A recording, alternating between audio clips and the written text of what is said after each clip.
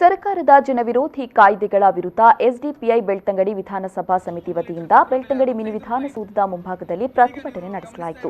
ಕೃಷಿ ತಿದ್ದುಪಡಿ ಕಾಯ್ದೆ ಹಿಂಪಡೆಯಿರಿ, ಖಾಸಗಿ ಆಸ್ಪತ್ರೆಯ ಚಿಕಿತ್ಸೆ ದರ ಕನಿಷ್ಠವಾಗಲಿ, 2 ತಿಂಗಳ ವಿದ್ಯುತ್ ಬಿಲ್ ಮನ್ನಾ ಮಾಡಲಿ, ಹಾಗೆಯೇ ಪೆಟ್ರೋಲ್ ಡೀಸೆಲ್ ಬೆಲೆ ಇಳಿಯಲಿ ಎಂಬಿತ್ಯಾದಿ ಸಮಸ್ಯೆಗಳನ್ನು ಬಗೆಹರಿಸುವಂತೆ ಆಗ್ರಹಿಸಲಾಯಿತು.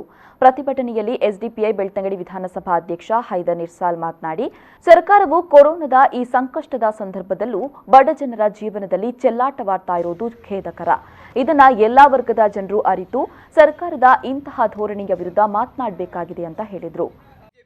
ಸರ್ಕಾರ ಅಧಿಕಾರದಲ್ಲಿದೆ. ಕಳೆದ ಬಾರಿ 2019ನೇ ಸಾಲಿನಲ್ಲಿ ಅಂತಾರಾಷ್ಟ್ರೀಯ ಮಾರುಕಟ್ಟೆಯಲ್ಲಿ ತೈಲ ಬೆಲೆ $65ಗೆ ಕುಸಿದಿದ್ದರೂ ಭಾರತದ ಮಾರುಕಟ್ಟೆಯಲ್ಲಿ ಪೆಟ್ರೋಲ್ ದರ $77 ಇತ್ತು. ಅದು ಇನ್ನೂ ಮುಂದುವರೆದು ಇದೀಗ 2020ನೇ ಇಸವಿಯಲ್ಲಿ ನಾವು ನೋಡೋದಾದರೆ ತೈಲ ಬ್ಯಾರಲ್ ಬೆಲೆ ಅಂತಾರಾಷ್ಟ್ರೀಯ ಮಾರುಕಟ್ಟೆಯಲ್ಲಿ $37ವರೆಗೆ ಪಾತಾಳಕ್ಕೆ ಕುಸಿದಿದೆ. ಆದರೂ ದುರದೃಷ್ಟವಶಾತ್ ನಮ್ಮ ಭಾರತ ದೇಶದಲ್ಲಿ ಪೆಟ್ರೋಲ್ ದರ ಅತ್ಯಂತ 80ರ ಆಸುಪಾಸಿನಲ್ಲಿ ನಡೀತಾ ಇದೆ.